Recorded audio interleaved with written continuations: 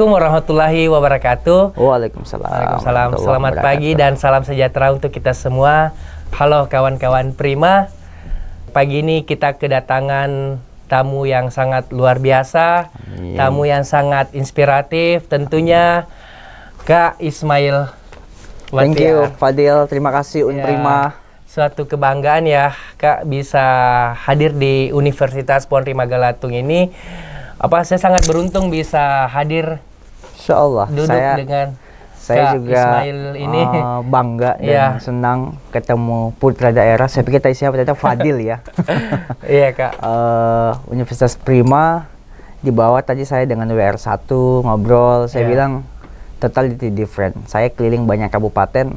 Baru kali ini ketemu satu kabupaten yang betul-betul punya kampus dengan title universitas yang representatif. Iya, betul. Dan semoga ini bisa menjadi patron contoh untuk kabupaten-kabupaten lain yang ada di Indonesia. Iya. Karena kita juga dari awalnya dari yayasan, kemudian berubah menjadi sebuah universitas yang tidak mudah prosesnya untuk menjadi sebuah universitas. Diceritain tadi 40 tahun memang bukan usia yang singkat. Proses jatuh bangun saya yakin pasti ada. Sama dengan apa yang kemudian saya lewati selama ini. Dan itu menjadi satu proses yang wajib, proses yang harus, bahwa setiap ujung daripada hasil yang optimal itu ada proses yang kita harus merangkak dari awal, dan saya yakin Universitas Prima juga melewati tahapan-tahapan itu. Itu prosesnya sangat panjang. Kabarnya gimana nih Kak? Sehat, alhamdulillah. Bulan ini puasa, sudah bulan puasa Ramadan, ke berapa nih? 17 Ramadan. Jadi makin memperbanyak ibadah. Pasti. 10 hari terakhir Ramadan pastinya. Mengejar Lailatul Qadar insyaallah. Aktivitasnya di Sengkang ini Kak, selama ini berapa hari sudah di Sengkang? Saya ini hari ketiga, hari keempat sebenarnya. Karena saya datang subuh di sini kemarin hari Ahad ya.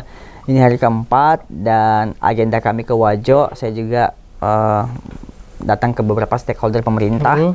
Meskipun jalannya saya ke sini, kunjungan saya ke sini lebih kepada agenda pribadi sebenarnya agenda pribadi dalam rangka mencoba mencari satu formula cara yang pas untuk mengubah positioning kita Sulawesi Selatan. IPM-nya itu ada di posisi bukan yang posisi bagus gitu, sedang tidak baik-baik saja IPM kita.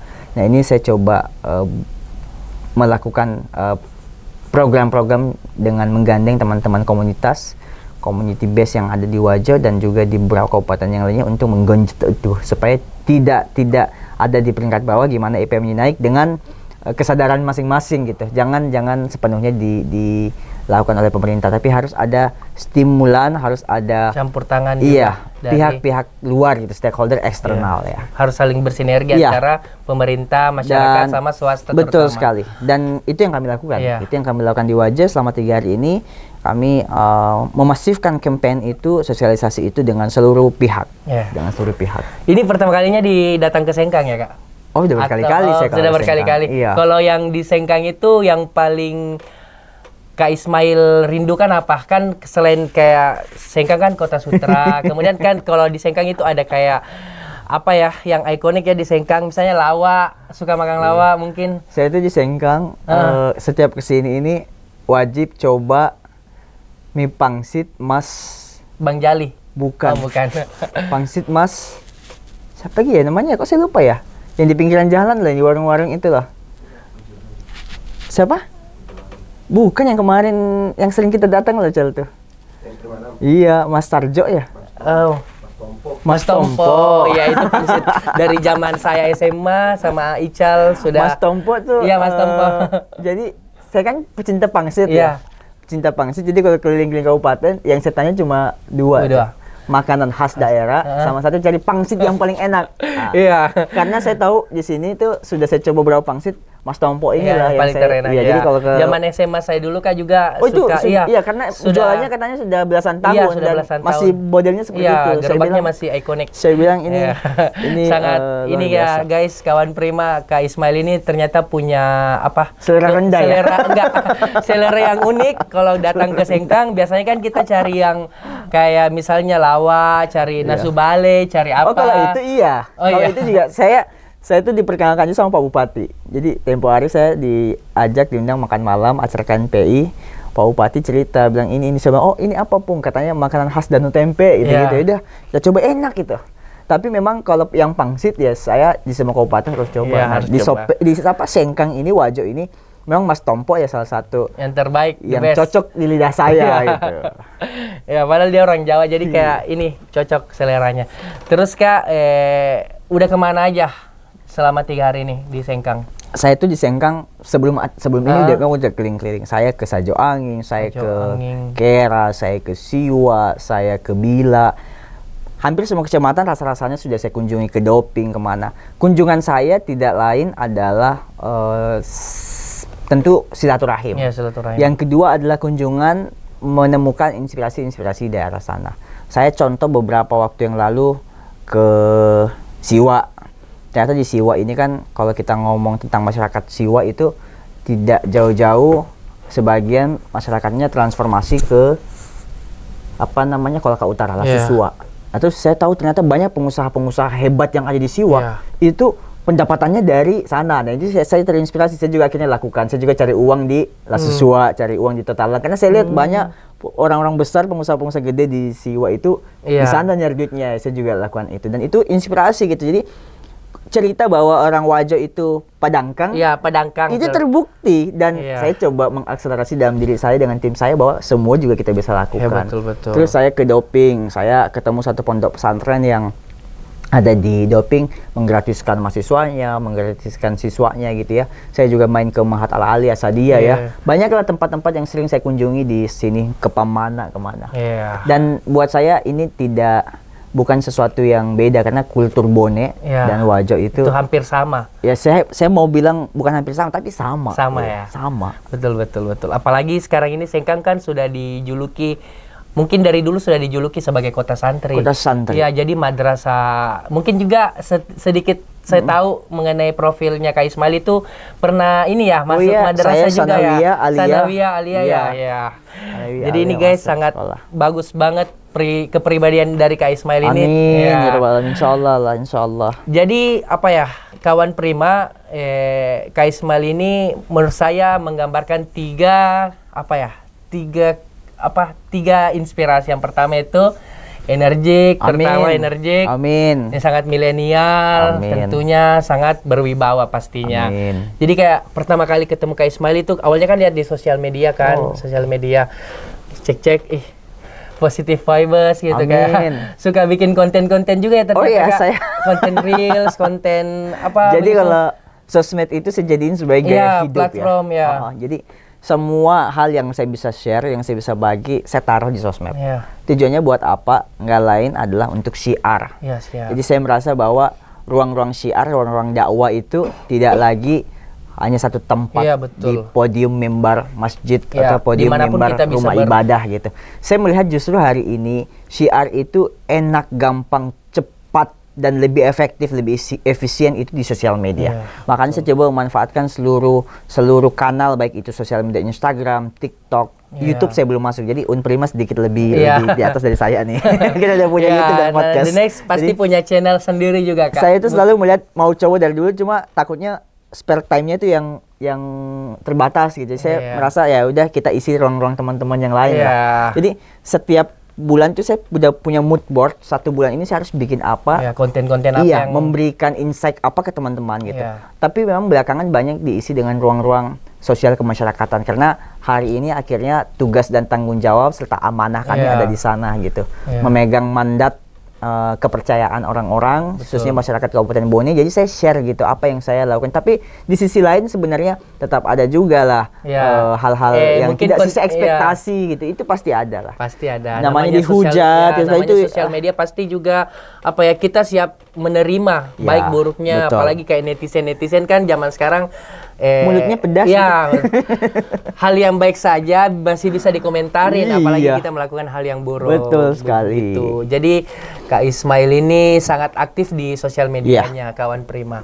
Kemudian nih Kak, saya mau tanya-tanya sedikit mengenai latar belakang basic dari Kak Ismail. Boleh Fadil. Memulai dari karir dari berwirausaha. Iya, tentunya tidak mudah sampai di titik yang sekarang. Jadi kapan Kak Ismail mulai berwirausaha, sejak kapan, kemudian tantangannya setelah melewati wirausaha itu. Ya. Seingat saya Dil ya. Titik balik saya itu ketika tamat SMA di tahun 2010. Terus saya punya keinginan besar, saya punya kemauan yang sangat gede untuk gimana bisa kuliah. Dulu saya membayangkan bisa kuliah. Cuma di satu sisi saya sadar bahwa orang tua saya ini nggak mungkin mampu ngasih biaya kuliah gitu. Almarhum bapak saya pensiunan satpam di pabrik gula Bone. Iya. Teman-teman boleh cross check ke sana. Gaji pensiunan satpam pada saat itu 2010, 11, 12, nah beliau wafat 2016 ya. Itu digaji hanya 300.000 sebulan. 300 sekian lah sebulan, nggak nyampe 400.000 sebulan. Saya ada 4 bersaudara. Terus saya bilang, kalau saya harus kuliah ke Makassar, jangankan mengambil seluruh ini, itu belum cukup gitu untuk kehidupan kita di Makassar. Singkat cerita, berubahlah pikiran saya. Saya bilang, saya mau cari kerja bantu orang tua. Jadi memang ini menjadi insight awal saya buat seluruh teman-teman, kalau ada ikhtiar mau buat sesuatu apapun, coba yang pertama diniatkan untuk orang tua. Karena itu yang menjadi niat awal saya. Niat awal saya adalah pengabdian dan bakti kepada orang tua. Karena saya lihat betul-betul tersiksa gitu, susah. Singkat cerita, saya minta izin. Panggilnya Tata, Mak, saya mau minta izin mau ke Makassar, mau cari kerja. Saya betul saya bisa kirim-kirim uang lah pulang ke Bone gitu. Dan diizinkan. Kenapa tidak diizinkan? Karena dulu kalau pabrik gula itu ada jatah, anaknya pensiun, bapaknya pensiun, anaknya boleh masuk gitu. Terus saya mikir-mikir mentok-mentok kalau saya masuk ke pabrik gula, nanti ya saya seperti bapak saya gitu, seperti almarhum eta saya gitu. Akhirnya saya pikir, enggak lah, saya mau di Makassar, carilah. Dan pada saat itu yang lagi ngetren, yang lagi rame adalah kerja di minimarket. Nah, saya juga tertarik, interest lah, udah saya daftar minimarket lah. Udah, akhirnya dengan segala cara, ibu saya, mama saya pinjamin duit, saya ke Makassar, modalnya nggak sampai 1 juta, saya ke Makassar, pertama kali ke Makassar, terus menumpang lah tempat orang, segala macam, kos-kosan orang, sampai akhirnya di tahun yang sama, di bulan April 2010 itu, tiba-tiba pemerintah, masih zaman Presiden SBY ya, ngeluarin program beasiswa bidik misi. Iya, bidik misi. Iya, saya daftar ya. Saya daftar bidik misi, dan saya juga baru tahu ternyata ada kawan saya di sini, salah satu jadi dosen di Fakultas Peternakan, ada Bro Sema, yang saya kaget betul tadi WA beliau, katanya sekarang lagi studi doktor di Unhas. Masya Allah, saya terima kasih banget ke seluruh teman-teman bidik misi yang sudah memberikan inspirasi buat banyak orang gitu, dan itu buat saya adalah ruang pengabdian yang sangat bermanfaat untuk orang banyak. Nah, saya akhirnya singkat cerita daftar bidik misi, lolos besok bidik misi, kuliah saya dengan baik. Kuliah dengan baik ternyata tidak menjamin beasiswa lancar. Yang namanya beasiswa program pemerintah itu kadang-kala yang harusnya diterima bulan ini nanti terimanya bulan depan gitu.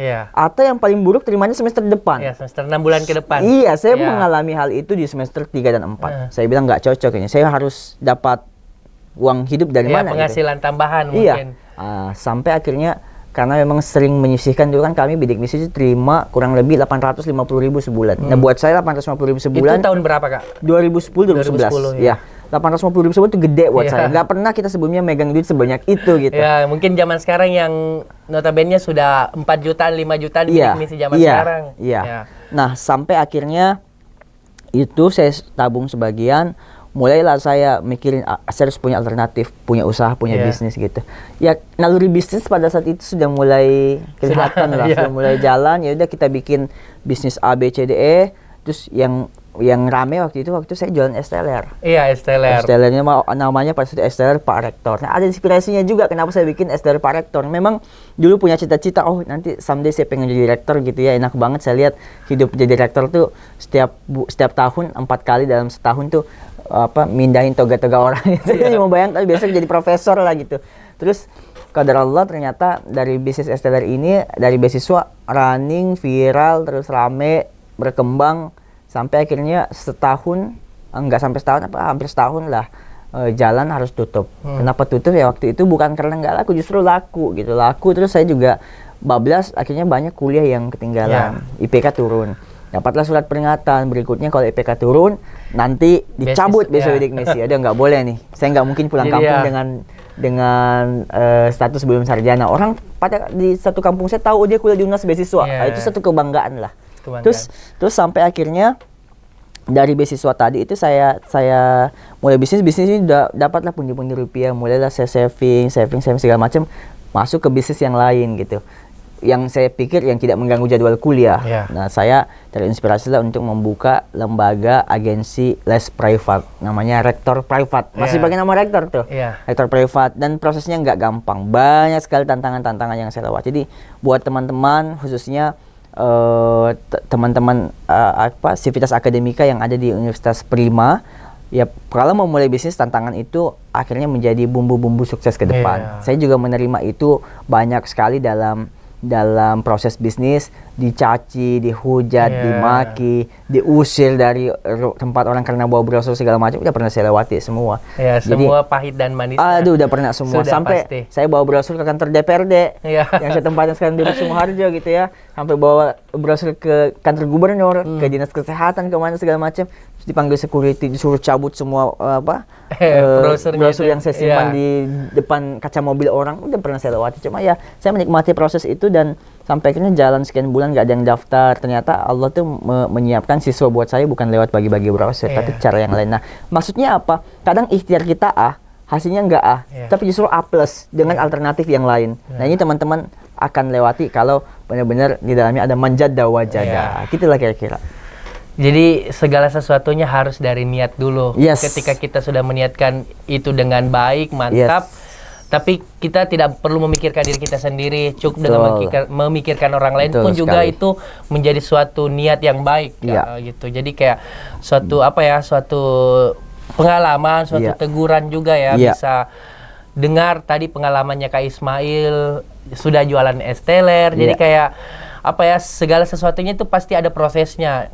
Tidak mungkin kita sampai di sini kalau tidak berproses sama sekali. Jadi nikmati lah. Jadi akhirnya dari bisnis es teler itu sesuatu yang benar-benar saya nggak pernah ekspektasi.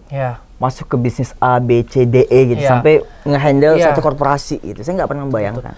Dari sendiri, terus bekerja, terus punya sekian banyak karyawan, dan saya kira juga ini yang dilihat dan disaksikan oleh kita semua.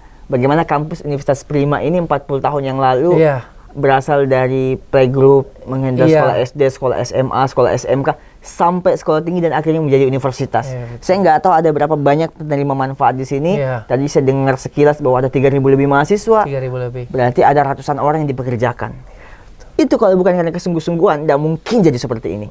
Saya pun juga mengalami hal itu. Dan saya yakin di luar sana akan banyak orang mengalami hal itu kalau melakukan proses ini dengan sangat istiqomah, melakukan proses ini dengan sangat tawadu gitu, melakukan proses ini dengan paham betul metodenya seperti ini, dan harus memang penuh kesabaran gitu. Betul. Pokoknya sangat menginspirasi sekali kawan Prima. Jadi mudah-mudahan kita semua bisa jangan takut untuk memulai segala sesuatunya, karena kita tidak tahu ke depan bakal seperti apa ya Kak. Intinya nanti ini kita ngobrol-ngobrol gini, saya nggak tahu nanti Fadil tiba-tiba jadi anggota DPR nanti Fadil tiba-tiba jadi dosen, Fadil jadi camat, bupati, atau kita nggak tahu tuh. Jadi proses ini yang kemudian harus dilewati oleh kita semua. Pasti kita lewati. Dan memang jangan sekali-kali, kan kita tuh kadang-kadang milenial ini tipikalnya gini.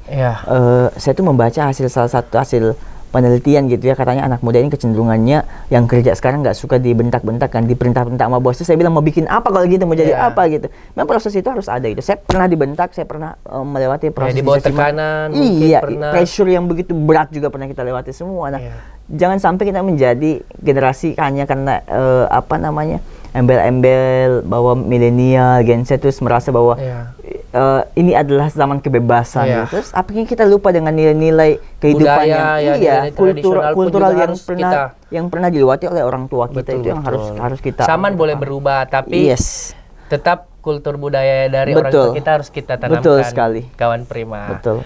Jadi kayak harus berani kalau dari comfort zone-nya kita semua. Apalagi anak milenial sekarang Kak, kita tahu bilang mageran. Iya, banyak gitu. Takut untuk memulai, kemudian harus ada yang mulai duluan. Jadi kayak dan itu banyak kita temukan. Nggak berani jadi leadership begitu. Nah, sekarang pokoknya harus dulu kan metode itu orang dulu, saya ingat sekali, metode-metode dalam pola pikir gitu ya, design thinking, orang bikin dulu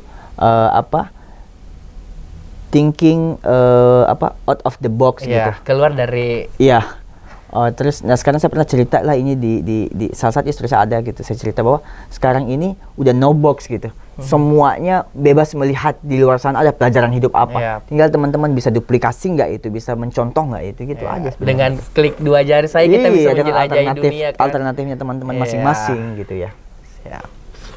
Nah, pertanyaan selanjutnya nih Kak, kan setelah melewati beberapa tahap proses yang panjang, mulai dari berwirausaha dari nol, kemudian tentunya sudah ada pencapaian nih. Pencapaian yang saya lihat juga Kak Ismail ini sudah kayak punya prestasi lah di kayak misalnya jadi young entrepreneur di salah satu Tribun mungkin yang kemarin Tribun News. Tribun itu kemarin kasih Tribun Inspirasi. Iya, Tribun Inspirasi. Tribun Inspirasi dimasukkan dalam 10 orang yang berpengaruh di Sulawesi Selatan. Tokoh muda gitu. Ya, pemuda. Alhamdulillah Kak, gimana rasanya itu menjadi pemuda yang berpengaruh? Saya tidak pernah mencita-citakan dan membayangkan itu akan diberikan ke saya gitu. Semua bentuk apresiasi, penghargaan, apapun itu datangnya dari lembaga, dari swasta manapun atau dari pemerintah sekalipun. Saya merasa itu adalah bagian yang melengkapi aja proses daripada pencapaian-pencapaian yang kemudian kami targetkan gitu. Jadi kalau ditanya, terus apakah pernah dibayangkan nanti mau menerima penghargaannya? Enggak pernah saya bayangkan. Saya betul-betul melewati proses ini dengan sangat enjoying, dengan sangat nikmat, dengan target ya sudah memberikan manfaat untuk orang banyak saja. Kira-kira seperti itu. Jadi nggak pernah saya mau kerjakan ini biar dapat ini, nggak pernah. Malahan itu menjadi sebuah tanggung jawab juga ya Kak. Kalau kita memegang akhirnya saya merasa bahwa tantangannya makin berat, makin banyak hal yang harus kita berikan ke orang lain. Iya gitu. Betul. Jangan sampai karena ekspektasi orang mungkin terlalu tinggi, maka kita juga bakal memegang tanggung jawab itu yang susah gitu. Betul. Kemudian Kak, Kak ini kan aktif di sosial media nih. Bagaimana sih caranya Kak Ismail itu tetap aktif dengan profesinya Kak Ismail sebagai anggota legislator menyeimbangi sosial media itu? Jadi saya dari dulu sampai sekarang nggak bergerak dengan sendiri. Saya ada tim, saya ada orang-orang sekeliling yang berperan sangat penting dan strategis dalam tahapan-tahapan yang kami lewati gitu. Jadi ini juga jadi value yang lain yang saya mau sampaikan ke kawan Prima, bahwa nggak ada seorang pun yang bisa sukses dengan sendiri. Sukses itu mesti bareng-bareng. Sukses itu mesti kolaborasi. Sukses itu mesti berbarengan gitu. Jadi teman-teman yang mau memulai proses apapun, coba melihat potensi orang lain juga gitu, supaya bisa mengkolaborasikan semuanya, sehingga akumulasi kesuksesannya itu menjadi besar gitu, impactnya, dampaknya makin luas gitu.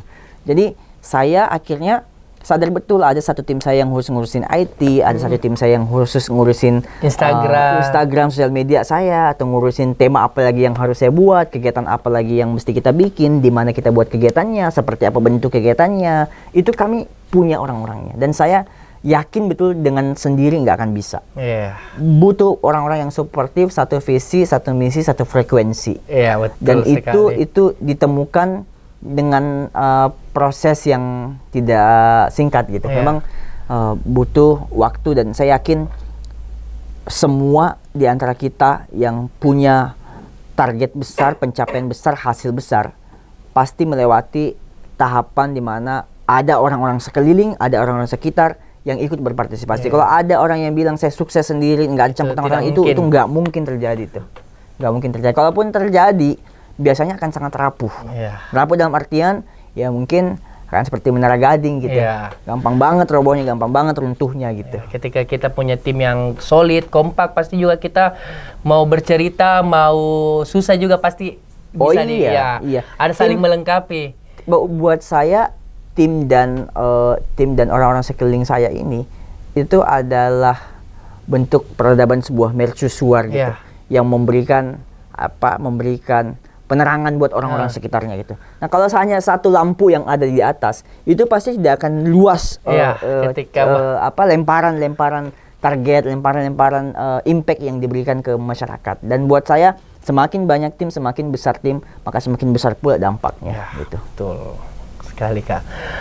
Pokoknya baru sekian sharing-sharing ini sudah banyak menyentuh, sudah banyak menginspirasi kawan-kawan Prima. Amin. Jadi Kak, pastinya di dalam hidup ini kita punya sebuah role model. Iya. Mungkin Kak Ismail punya role model di dalam berwirausaha mungkin atau politik kalau saya selalu sampaikan yang punya panutan lah.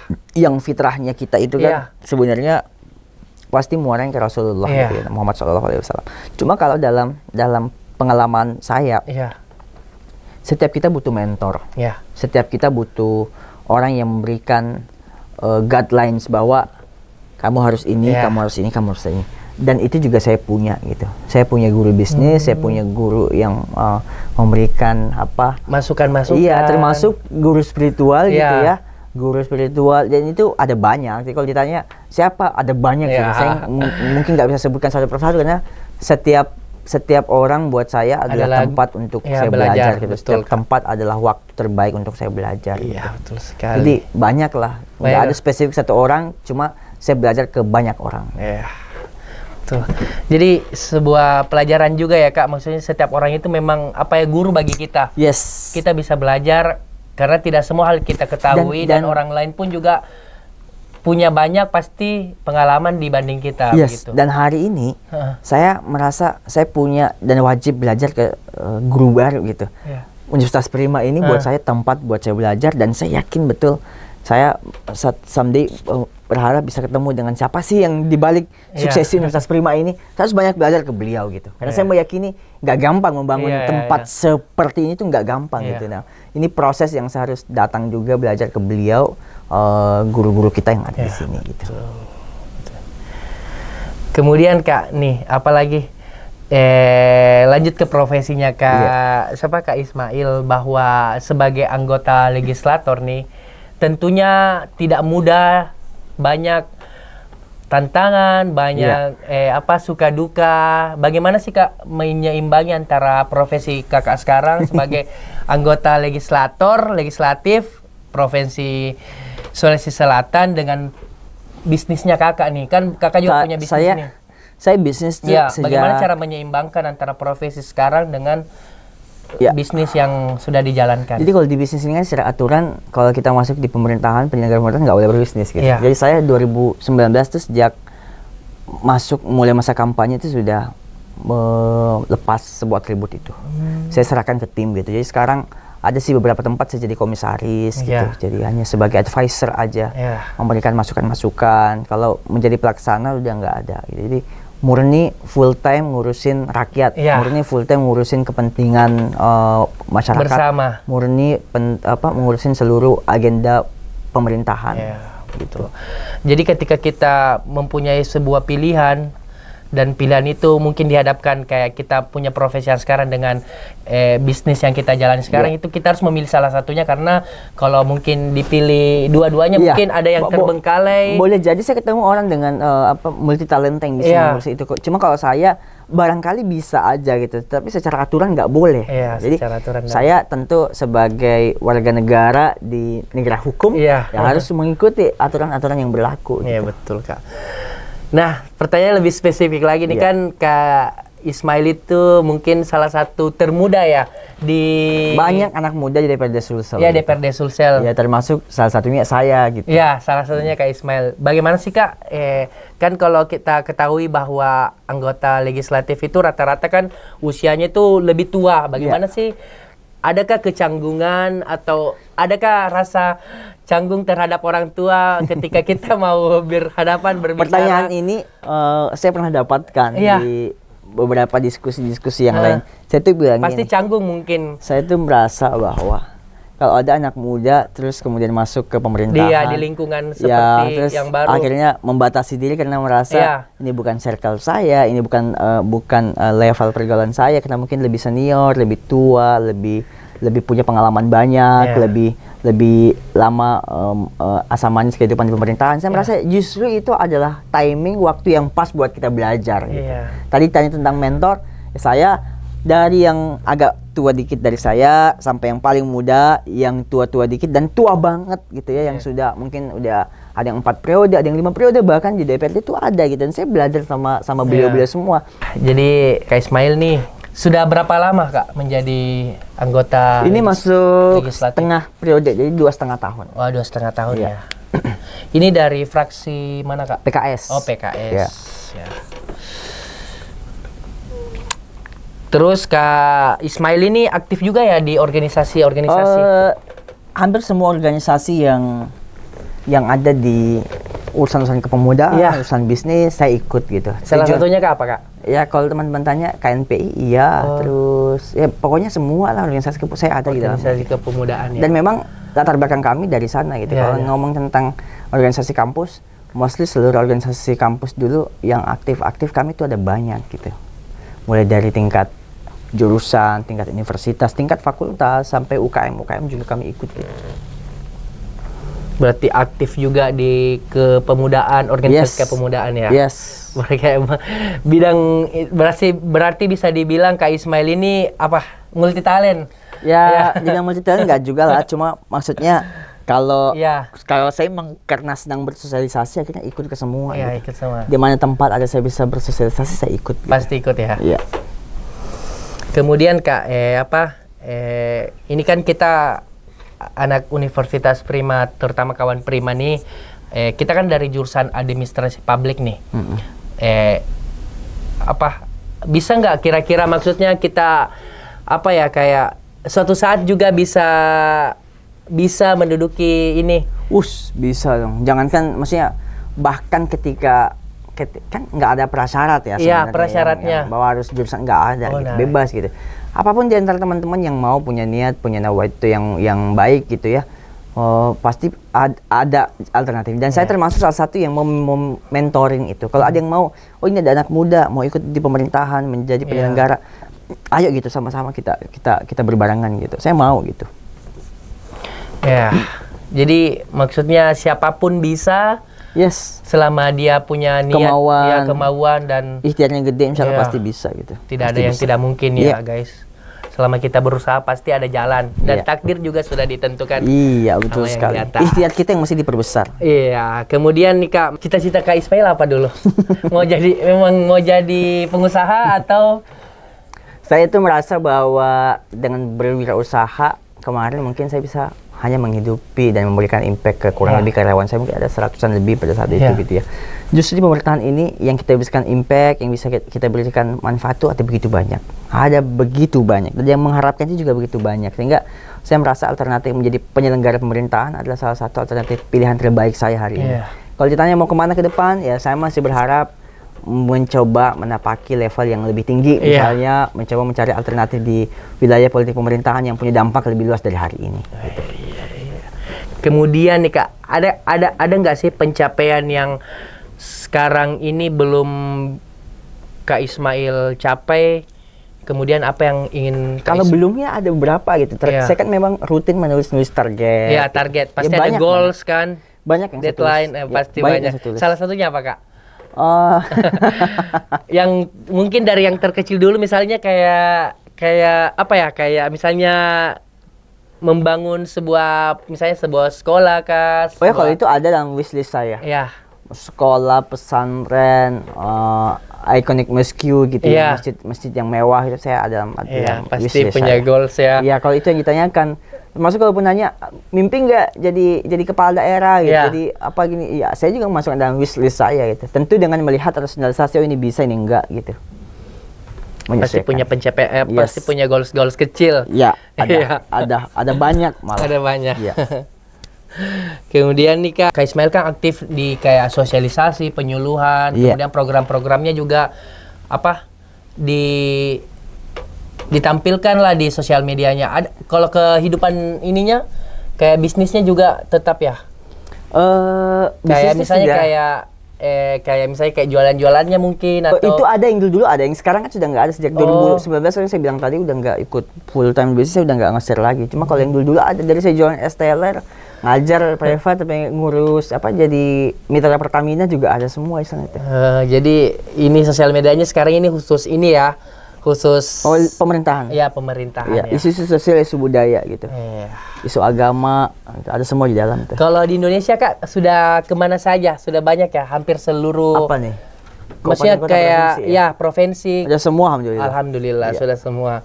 Semua sudah. Ya, mudah-mudahan saya juga bisa keliling Indonesia nanti. Amin. Insyaallah. Amin. Amin. Jadi kalau keliling-keliling Indonesia kayak gitu Kak, maksudnya biasa dinas kah atau lebih banyak agenda pribadi. Oh, agenda sama pribadi. Seperti hari ini saya ke Wajo, saya ke Sopeng, saya ke Pinrang, ke Parepare. Sama Ramadan ini saya sudah mengunjungi untuk Sulsel itu 8 kabupaten, Sulbar saya kemarin ke Majene sama ke Polman udah 10. Selama Ramadan saya baru 3 hari kayak di rumah ya. Iya. Sama Ramadan. Selebihnya saya keliling. Iya, keliling. Tentunya pengalaman yang yang nggak mungkin bisa orang lain tentu dapatkan. Jadi kayak sangat bersyukur sekali bisa di posisi yang sekarang. Insyaallah. Insyaallah Kak. Nah Kak, yang terakhir nih pesan untuk milenial, terutama kan kita hidup di zaman 4.0 di mana kita sudah ada sosial media, sudah ada sekali klik langsung kita bisa menjelajahi dunia. Adakah pesan-pesan untuk teman-teman di Kawan Prima supaya berwirausaha bisa, kemudian hobinya bisa tersalurkan, aspirasinya dan sebagainya. Ya, karena ini yang terakhir, saya coba memberikan sebuah closing statement dari pengalaman yang saya lewati gitu ya.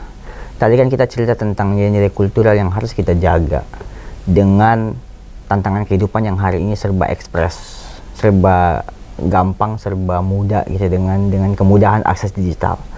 Cuma satu hal yang tidak pernah berubah dari kehidupan kita, jumlah hari, jumlah jam itu nggak pernah berubah. Rotasi waktu kehidupan itu akan terus sama gitu. Sehingga saya selalu meyakini bahwa yang paling depan, yang paling besar, yang paling cepat mencapai finish, yang paling gede hasil dibanding yang lain, biasanya mereka yang punya waktu produktif lebih banyak. Maka anak-anak muda yang punya energi lebih banyak, pastikan bahwa Anda bersinergi. Karena sinergi kolaborasi adalah energi.